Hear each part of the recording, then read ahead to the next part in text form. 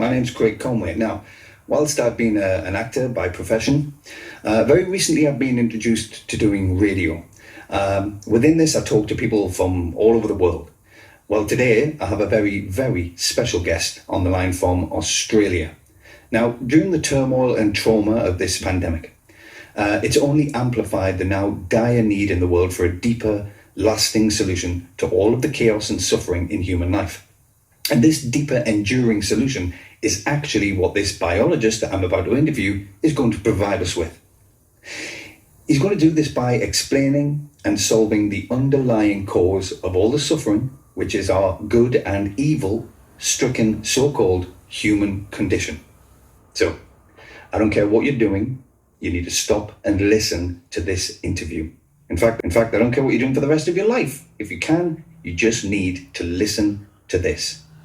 Now, the interview is going to happen within 4 parts. Each is averaging around about 15 minutes, which is not a lot when you consider that we're going to be explaining the whole human condition.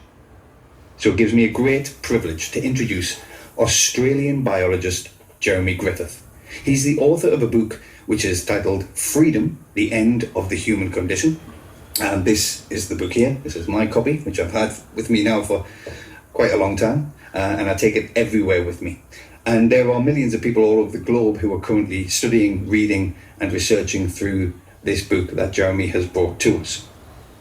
So, I'm here to tell everyone that this book has not only blown me away and impressed me, but he has also impressed Professor Harry Prosen, who is a former president of the Canadian Psychiatric Association. He's also one of the world's leading psychiatrists. And he said, I quote, "I have no doubt that Jeremy Griffith's biological explanation of the human condition is the holy grail of insight we have sought for the psychological rehabilitation of the human race. This is the book we have been waiting for. It is the book that saves the world." End quote. Now, I think everyone listening would agree that the psychological rehabilitation of the human race is exactly what this world needs. So, buckle into your seats. This is going to be the most interesting and exciting talk you have ever heard. So, Jeremy, thank you for talking with us, and tell us, how does your work bring about the psychological rehabilitation of the human race and end all of the suffering and strife, and as Professor Prosen said, save the world? Thank you very much for having me on your program, Craig. Finding understanding of our psychologically troubled human condition has actually been what the efforts of every human who has ever lived has been dedicated to achieving and has been contributing to finding. As Professor Prosen said, finding understanding of the human condition has been the holy grail of the whole human journey of conscious thought and inquiry. We humans have absolutely lived in hope, faith and trust that one day, somewhere, someplace, all the efforts of everyone, but in particular scientists, would finally produce the completely redeeming, uplifting and healing understanding of us humans. Now, I know it must seem outrageous to claim that this goal of goals has finally been achieved, but it has. In fact, the human condition is such a difficult subject for us humans to confront and deal with it that I couldn't be talking about it so openly and freely if it hadn't been solved. Okay then, Jeremy, solve the human condition for us. We're all ears. Firstly, I'm a biologist. And that's important because I think everyone will agree that what we need is a non-abstract, non-mystical, completely rational and thus understandable scientific, biological explanation of us humans. Okay, so how are we to explain and understand the human condition? Understand why we humans are the way we are. So brutally, competitive, selfish and aggressive, that human life has become all but unbearable. In fact, how are we to make so much sense of our divisive behaviour that the underlying cause of it is so completely explained and understood that, as Professor Prosen said, the whole of the human race is psychologically rehabilitated and everyone's life is transformed? Yes, That's what we want. The human condition finally explained, fixed up and healed forever. Exactly, Craig. So, to start at the beginning, I know everyone listening is living with the belief, well, it's what we were all taught at school and are told in every documentary we watch, that humans' competitive, selfish and aggressive behaviour is due to us having savage, must reproduce our genes, instincts like other animals have. Certainly, while left-wing thinkers do claim we have some selfless cooperative instincts, they also say we have this selfish competitive animal side, which Karl Marx limited to such basic needs as sex, food, shelter and clothing. I mean, our conversations are saturated with this belief, with comments like we're programmed by our genes to try to dominate others and be a winner in the battle of life, and our preoccupation with sexual conquest is due to our primal instincts to sow our seeds, and men behave abominably because their bodies are flooded with must reproduce their genes promoting testosterone, and we want a big house because we are innately territorial, and fighting in war is just our deeply rooted combative animal nature expressing itself. Yes, exactly. That's exactly. I mean, that really is what I've understood is the reason for our competitive and aggressive nature, that we have brutally competitive survival of the fittest instincts, which we are always having to try and restrain or civilize or try to control as best we can. I mean, that's what I was taught in school. Yes, that's what we were taught. But let's think about this. And what I'm going to say now is very important, so I hope everyone's listening closely. Surely, this idea that we have savage, competitive and aggressive, must reproduce our genes instincts cannot be the real reason for our species' competitive and aggressive behaviour. Because, after all, words used to describe our human behaviour, such as egocentric and arrogant, inspired, depressed, deluded, pessimistic, optimistic, artificial, hateful, cynical, mean, sadistic, immoral, brilliant, guilt-ridden, evil, psychotic, neurotic, alienated, all recognise the involvement of our species' fully conscious thinking mind. They demonstrate that there's a psychological dimension to our behaviour, that we don't suffer from a genetic opportunism-driven animal condition, but a conscious mind-based, psychologically troubled human condition. And what's more, we humans have cooperative, selfless and loving moral instincts, the voice or expression of which we call our conscience, which is the complete opposite of competitive, selfish and aggressive instincts.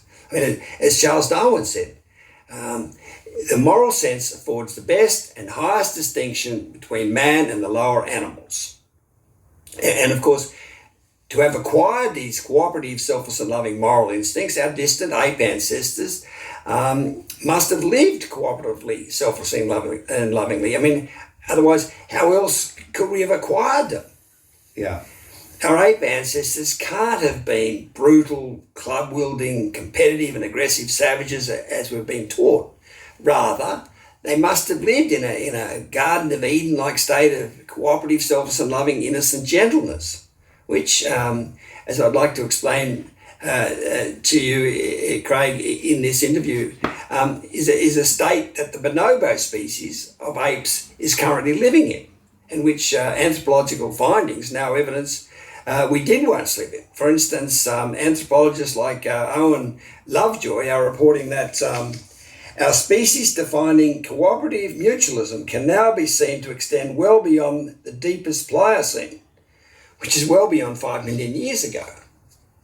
So saying our competitive and aggressive behaviour comes from savage, competitive and aggressive instincts in us is simply not true.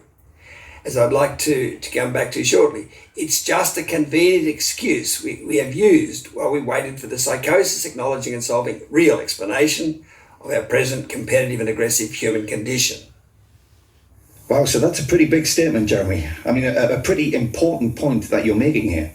You're saying that our competitive and aggressive behaviour is not due to the must produce our genes instincts like the other animals, but is due to a conscious mind-based, psychologically troubled condition, yes? Yes, Our egocentric and arrogant and mean and vindictive and even sadistic behaviour has nothing to do with wanting to reproduce our genes. I mean, that was absurd. And it's actually really good news that our behaviour is due to a conscious mind-based psychologically troubled condition, because psychosis can be healed with understanding. I mean, if our competitive and aggressive behaviour was due to us having savage instincts, then we'd be stuck with that born with hardwired innate behaviour.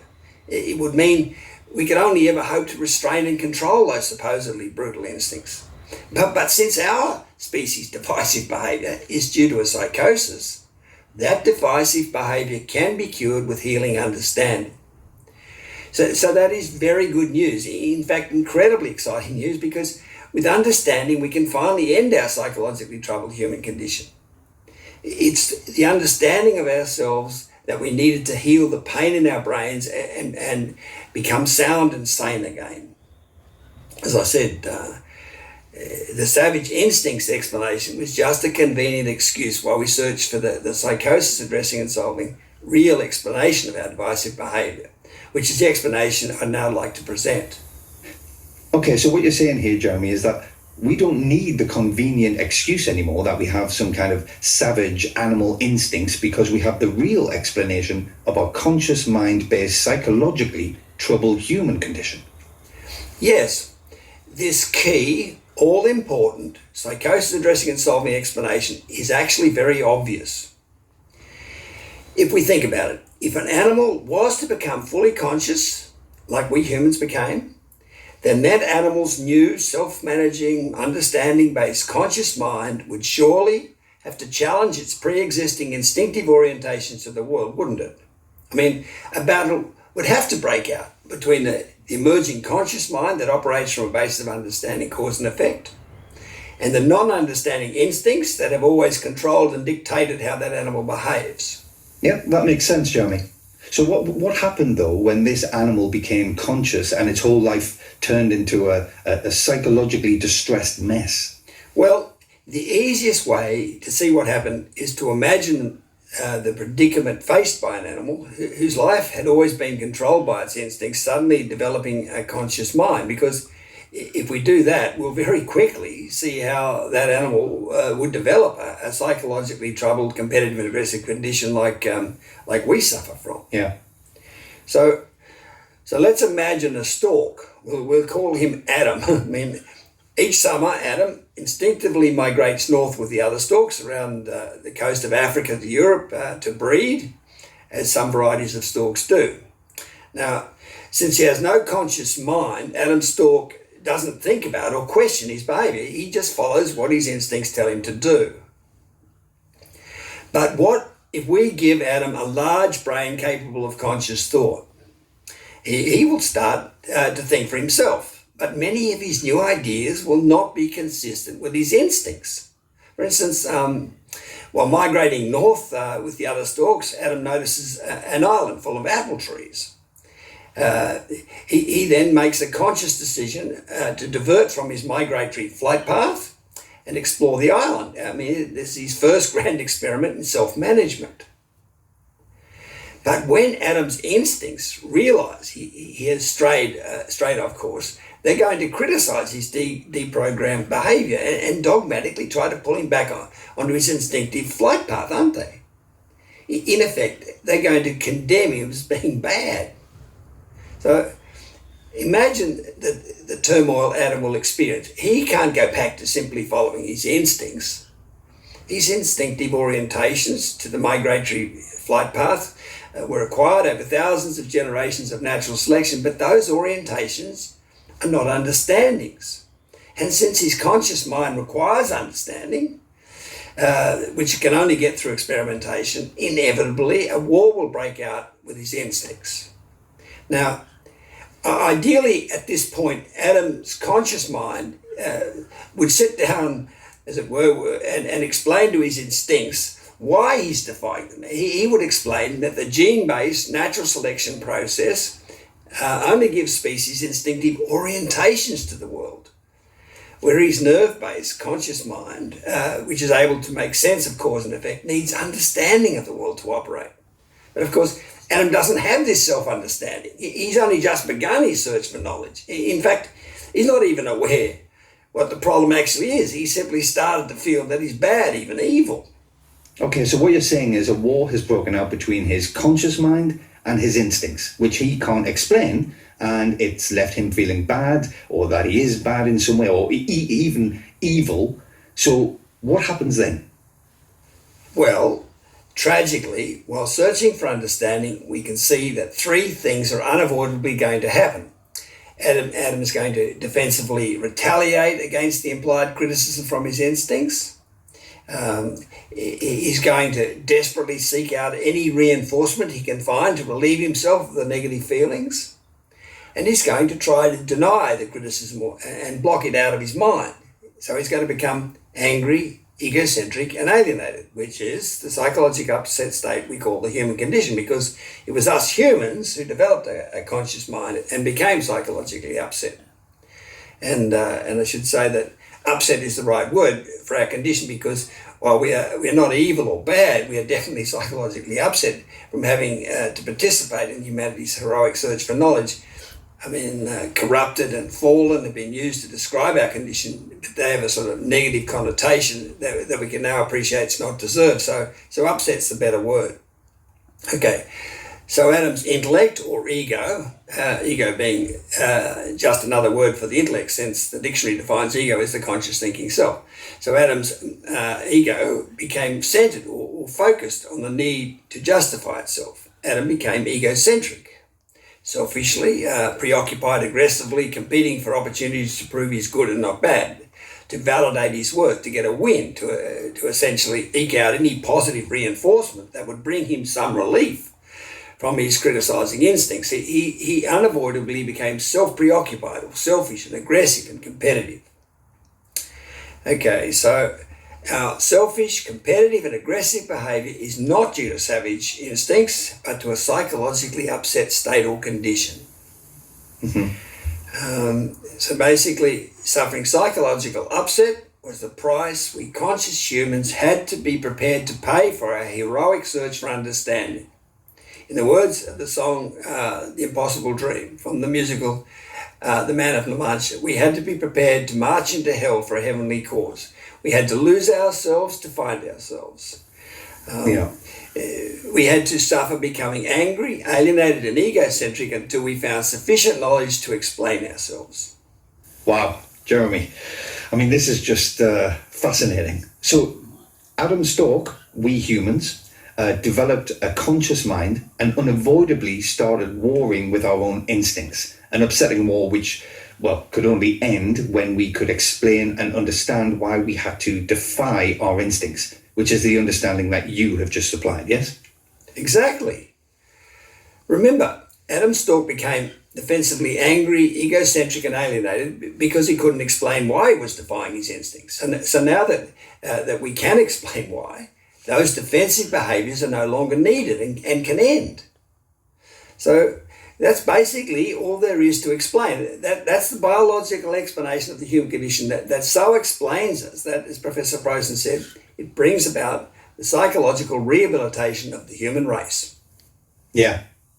It's such a simple story, but so far-reaching in its ramifications. I mean, it is world-changing, is what it is, because it truly enables the psychological rehabilitation of the human race. I mean, that is just wonderful.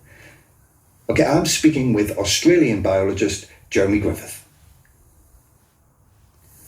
Hello, I'm Craig Conway, and I'm talking with Australian biologist Jeremy Griffith about how we can all end the turmoil and trauma in the world through explaining and understanding the human condition, which is the instinct versus intellect explanation Jeremy has just given us in part one of this interview. Okay, so as we go into part two, Jeremy, I do have some questions which I'd like to ask. Now, firstly, while it seems like an obvious explanation that when we became conscious, a psychologically upsetting battle must have broken out with our dictatorial instincts, if it is so obvious, why weren't we taught this at school? So that's the first question there. And secondly, how were our bonobo-like ape ancestors able to become cooperative and loving? Which, as you said, must be the origins of our instinctive moral conscience that Darwin said distinguishes us from other animals. And my third question is, how does the psychological rehabilitation of the human race that Professor Prosen describes actually take place? I mean, do we all have to go into therapy or something? Okay, by the way, I want to mention also that since there's quite a few new and very interesting concepts to think about, Jeremy has said that he'll make both the video and the transcript of this interview available at the top of the website that promotes this understanding of the human condition, which is the World Transformation Movement's website at humancondition.com. Now, this will be there as a video and the transcript as a little book, so you can re-listen to or read the interview again there. Because, as I said, this is a big subject about the human condition, so there's quite a bit to take in and think about. Okay, right. And they're very good questions, Craig. Okay. So to begin with your first question, which is that if this instinct versus intellect explanation is so obvious, why haven't we been taught it at school? Now, the answer is that while it has been recognised, even from ancient times, that the emergence of our conscious mind somehow caused us to fall from grace, or however you want to describe the corruption of our original innocent, cooperative and loving state, it wasn't until science revealed the difference between the gene-based and nerve-based learning systems, which is that genes can orientate but nerves need to understand, that we finally were in a position to explain the good reason for our angry, egocentric and alienated human condition.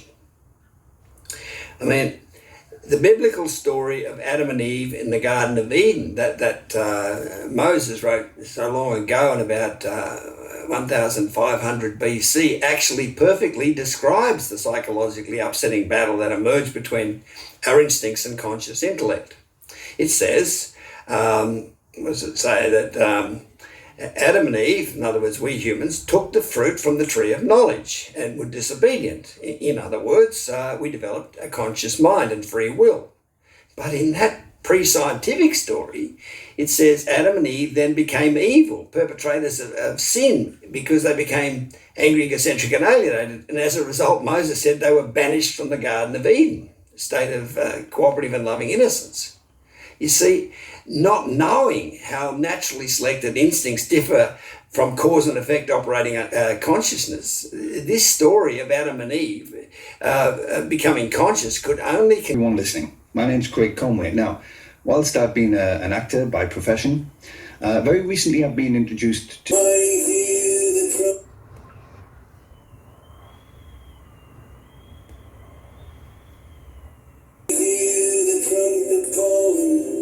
As clear as a bell, sounding over bloody fields, so many young men fell. At the dawn we honor them, each and every one. Rest you be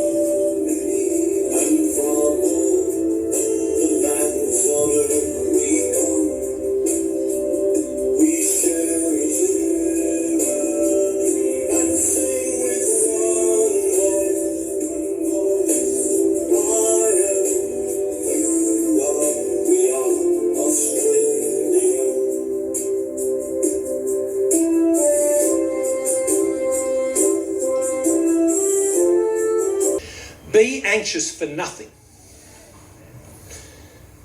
but in everything,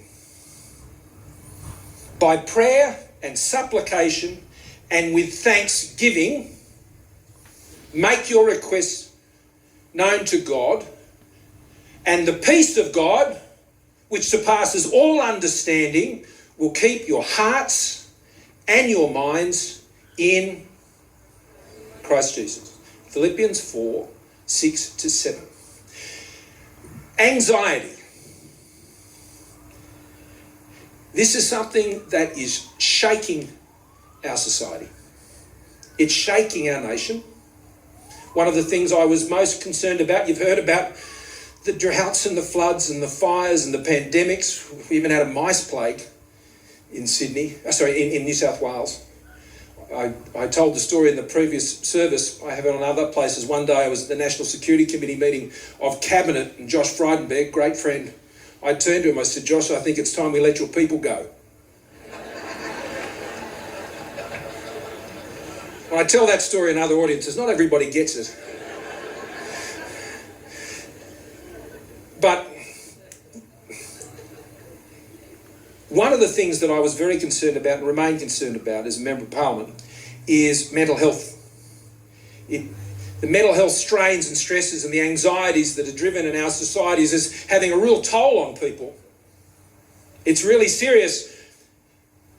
In 2021, we put a question in the census for the first time, and 40% of Australians identified as having a long-term health condition, and the most prolific of all of those long-term health conditions were mental ill health.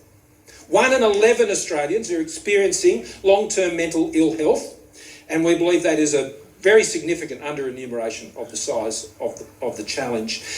1 in 5 Australians, another survey found, reported feeling anxious or depressed most or all of the time, and for young people, most significantly. The US Surgeon General just in last year said that 1 in 3 high school students in the US and half of female students reported persistent feelings of sadness or hopelessness, an overall increase of 40% from 2009. Of course, about the physical loss of life that we were facing. But one of the things right at the outset we were concerned about is how people's mental health would be impacted by the isolation, the fear. And anxiety is different to fear. Fear, fright and flight, these are natural responses that we have as human beings. And sometimes they're quite useful things. You've got a big dog that's running towards you with big teeth, not coming for a pat. And fear sets in, wisely, the fright, and you flight. That's sensible.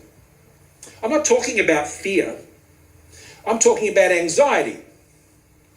Anxiety is longer lasting. Anxiety can be overwhelming. It can be debilitating. It can be an agony, a dread. About the future, about your feeling of hopelessness or incapacity to deal with a situation that is ahead of you, and it can shut you down. And it typically emerges in adolescence from a clinical perspective. It can make you very, very sick. Worry can make you sick, very sick. Headaches, nausea, diarrhea, shortness of breath, chest pains. And it can also lead to depression, self-harm, panic attacks, substance abuse, disrupted sleep patterns. It can affect your appetite. It can be a forerunner to eating disorders, self-harm, substance abuse, even psychosis and other mental illnesses. So this is serious. This is not something where you go, teaspoon of cement, harden up, move on. And it's not helping anybody. This is real, and we need to understand it as real. And it can be deadly, because as we know, the majority of people who die by suicide have a mental illness. Not all, by the way, about a third don't, or thereabouts. And death by suicide fell by 5%. Didn't go. Anxiety is the forerunner to so many of these things, and that's what I want to talk to you about. But when I look carefully at the many treatments that were provided, particularly for dealing people with anxiety, I saw a lot of parallels about what I was learning and always known about God and how God seeks to engage with us. It's funny how that happens, isn't it? That people in a secular sphere discover what we already know in a spiritual sphere. And it's the truth of God. It's the truth of God. No matter what society, no matter how they might seek to deny it or even dismiss it, or the truth of God stands up and shines through, as we were saying. For anxiety is, and those suffering, especially with mental illness, is people need to know they are seen, that they're acknowledged, that they're heard, that they're listened to, that they're understood, that they're not making it up, that they're not soft or weak, or if you go back into the sort of stigma that is attached to mental illness, people are taught to think like that. And they're broken and they're hurting and they're living a nightmare every single day. And one of the first things that the counsellors try to do as they walk into, whether it's Headspace or Head to Health centres that we establish or any of these, is to say, you matter. I see you. I see the pain that you're going through. I can hear you. I'm listening to you. I'm taking you seriously. I'm acknowledging what's happening to you. You are at the centre of this conversation we're having. And you know, that's how God sees you. That's how God understands anxiety. God knows that anxiety is part of the human condition. I joked before the previous service, and Matt's here. Look, I know this. My physical body, if he and I go and play tennis, not only will it be humiliating, embarrassing for me, he might try and be kind to me as he was when we first met a few months ago. But I tell you what, I'm walking off that court, sore, hurt, aching for days. He would never know he'd played me. Because that's my natural human condition. Anxiety is the same, and God knows that. God knows what you're going through. God knows that it's part of who you are as a human being. How do I know that God knows that? Well, he spent 3 years here on earth with 12 very anxious guys. Every single day. They're anxious. I don't know if you've seen The Chosen. I have watched it, really enjoyed it. I'd encourage you to do it because it focuses a lot on the disciples and their humanity. And I know it's a creative interpretation of it, but it's a great watch because it shows their fallibility, their vulnerability, and how they were wrestling with all of this stuff going on. Jesus was there with them every day, understanding their anxieties. What does this mean? They'd leave their families behind. They had stuff going on with their mothers-in-law. They had all sorts of stuff going on, and Jesus was there walking with them every day, saying things to them that was just blowing their minds. I can imagine their anxiety. God was there with Abraham when he told his wife, I'm just taking Isaac up the hill. God was there when Noah got on that ark. He was with Joseph in prison when Joseph felt everything was lost.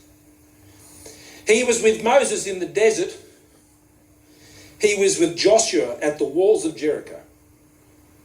I often reflect on this one, and I did when I was Prime Minister, and the day, in fact, I became Prime Minister. And I reflected on, and I've been reading how Joshua went and walked the walls of Jericho the night before, and just going, man. Soldier of the Lord turns up as we read. He calmed his anxieties, as he did to me on that day. Vince will recall what I talked about this story of Joshua at the wall of Jericho. I joked that Joshua Frydenberg thought I was talking about him. A dear friend, great guy. He was with Gideon when his army reduced to 300. He was with David as he was chased by Saul. He was with Elijah when he sat under that bush. He was with Shadrach, Meshach and Abednego as when they were looking to throw them in the furnace, the people who were throwing them into the furnace were consumed by the fire. I'm telling you, Shadrach, Meshach and Abednego had no, as far as we can understand, any foreknowledge about what was about to happen. In their natural selves, it involved a pretty quick end. But he's with Daniel in the lion's den. He was with Nehemiah on the wall with his sword and his trowel. He was with Esther before the king. He was with Mary when her pregnancy started to show. Could you imagine her anxieties in that cultural setting at that time? 6-8 months dealing with that. He knew, but you know, how do I know, Jesus, that God understands that anxiety is part of being a human being? He wrote all that down. All of those stories. So you can know that he knows, that he gets it, he understands it, he sees you, he understands you, he's listening to you, and he is there, an ever-present help in time of need. And you know, God has gone before us as we confront these anxieties, and he has answered them. And I believe that, you know, when we look over the key causes of anxiety, I think they fall into 4 categories. And again, I want to be clear, particularly for those watching on, I'm not talking about the biological issues that require proper medical scientific treatment. I'm talking about the everyday anxieties that we face that can actually lead to those type of things. 4 areas. We're anxious about, who am I? What's my identity? Who are we? We're anxious about our past, what we've done, what we haven't done. We're anxious about our future. We've got to pay the bills. We're anxious about the future of the world, what we live in, what it holds, where is it going? Firstly, who are you? It's called identity politics. It's something I've always railed against. This idea that you're defined by your gender or you're defined as an individual, amazing creation of God. You are unique, you're individual, you are something incredible. Each and every single human being is unique. And we need to respect that. You're not defined by your grievance or your offence or being part of some collective set of grievances to which you have to constantly assert out there. You're not defined by that. You're not defined by your grievance. You're defined by who you are uniquely, individually, as who you are. There's one answer. God loves you. You're worried about your identity. You are completely and embraced in those 3 words.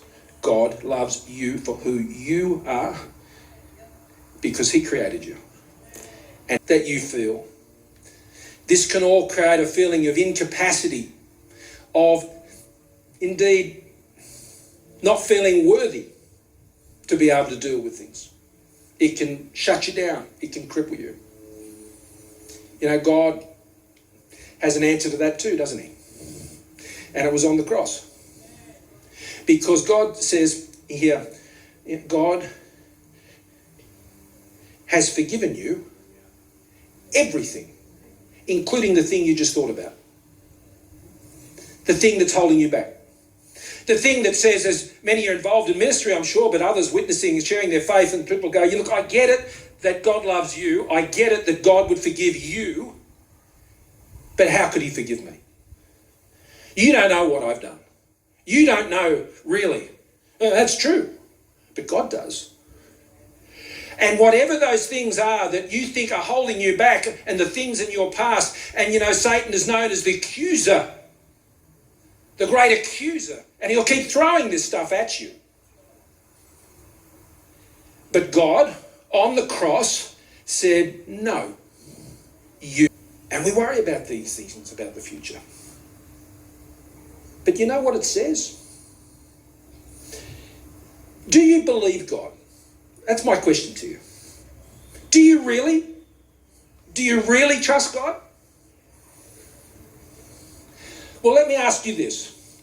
Do you believe His grace is sufficient for you? Do you believe that God will supply all of your needs? Do you believe that when pressed you will not be crushed? Do you believe that you can do all things through Him who strengthens you? Do you believe that all things work together for good for those who love Jesus? Do you believe that no weapon formed against you will succeed? Do you believe if you lose an election that God still loves you and has a plan for you?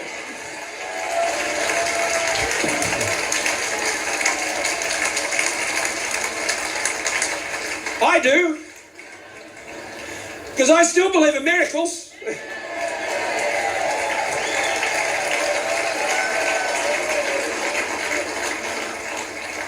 God has secured your future. All of it.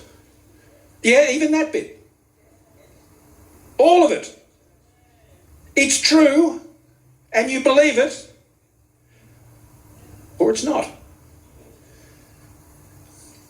So if you're anxious about your future, remember these things. He will never forsake you. He is a refuge. He is a stronghold. He is a strong tower. And then there's anxiety about the future. Society, where it's heading. Richard and I knew Shinzo Abe. I know this. We can become very involved in those issues. And we can become very obsessed about these issues. And they're important issues, I want to stress. They are important issues.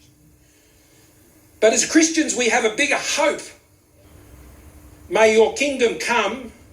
May your will be done on earth as it is in heaven. That's where you come in. That's where I come in. That's where we all come in. We are called to be faithful in whatever it is we're doing. Raising a family, being in a community, supporting those who need help. Whether you're a member of parliament, whether you're a nurse or you're driving a truck, or God doesn't care. He just wants you to be faithful in whatever you're doing. He just wants you to be faithful every single day in what He has been put before you. Be faithful with what God has put in your hand, to be faithful to what God has put in your heart.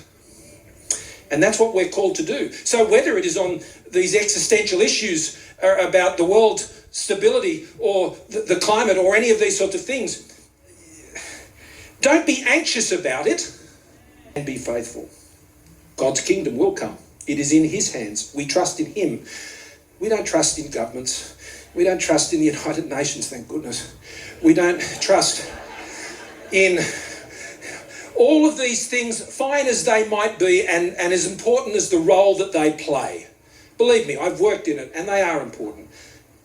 But as someone who's been in it, if you are putting your faith in those things like I put my faith in the Lord, you are making a mistake. They're earthly. They are fallible. I'm so glad we have a bigger hope. And so, the third thing I wanted to talk to you about in closing is, so God understands your anxiety. He gets it. God has answered the things that are making you anxious. And the third thing He wants you to do? He wants you to talk to Him about it. That's what He wants you to do. It's not because He doesn't know. He already knows. Better than you do. But He knows that you need to talk it out with Him. I love when my kids talk to me. Be anxious for nothing, but in everything by prayer and pleading and thanksgiving, let your requests be made known unto God, and the peace of God which surpasses our comprehension, all comprehension, will guard your hearts and minds in Christ Jesus. So let's break that down. Firstly, be anxious for nothing. It didn't say except X, Y, and Z. It said be anxious for nothing. Everything's on the table in your discussion with God. Everything. Even the stuff you don't think he would want to hear because you're ashamed about it. He wants that probably more than anything. It's all on the table with God. And he wants you to come in prayer. What does that mean? A prayer tower here. This is a place of where you're coming into God's space. Prayer is about connection with God. It's about walking onto that holy ground and taking off your shoes. It's about getting into that closet. It's about getting on your knees. It's about opening up your heart to God in a community, in a place of communion with God. It's a special place. It's a spiritual place where you're opened up.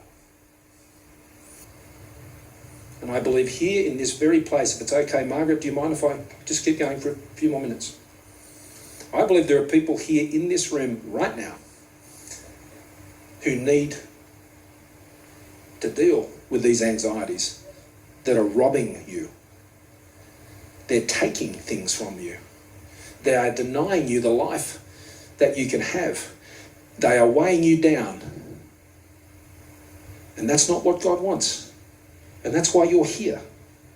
You are here today. God has drawn you here today because he wants to have this conversation with you. And he wants to release you from this.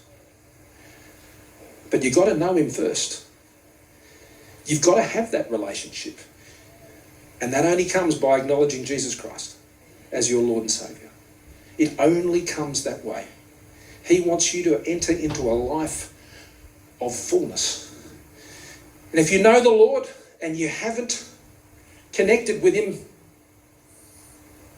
it's a lot harder to access the sort of things I'm talking to you about today. He hasn't gone anywhere. He's right where he was. Ladies and gentlemen, Scott Emerson, he said, it doesn't matter where you are. Scott Emerson, yes, he told you, doesn't matter where you are. God, he come to protect human rights, everybody. Doesn't matter where you are and doesn't matter where you believe in. He come to protect your human rights. God is involved to protect your human rights. And God, he wants you to be involved to protect your human rights.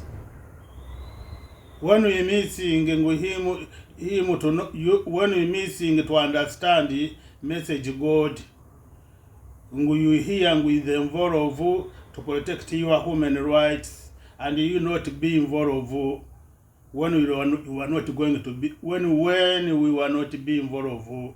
He finished to send a message when we were confused to be involved ourselves and to be involved with the leaders, not them to be involved to listen, to give them society human rights. He finished to send us message for punishment. Another Scott Morrison, he said, I'm stronger like a tower. No anybody stronger like a tower. I'm not stronger like a tower. Is a God stronger? God, when he decide you to make you strong, is a God he decided to make you strong. I'm not stronger like a tower. Is a God he decided to share with me his power. Scott Morrison to call me I'm stronger and I'm not strong. Everybody, you are not out talking I'm stronger. You have to talking God is strong. When he decided to share with you his power will be stronger to you. Now society, they are not allowed to say you are stronger. They have to say God is stronger. Another, God, he wants you to be involved, to have freedom. You women, now you men to have sex each other. When you decide he need you men and women to close each other to be together every day to have sex each other. Now this is a message I'm sending When you confuse yourself, you don't want to have sex, doesn't matter about you. In front of the God there be matter. God, all society, all leaders, original, na all society, na leaders, government, all society, God, he needed to be the same, to protect each other the same, and to respect each other. No anybody to be down, to push another down, not another to put him to be up. This is my message I send leaders or original Catholic. Leaders, I'm not sending message follows Catholic. I'm sending leaders original Catholic. Pope, na father, na nani. They are not my message.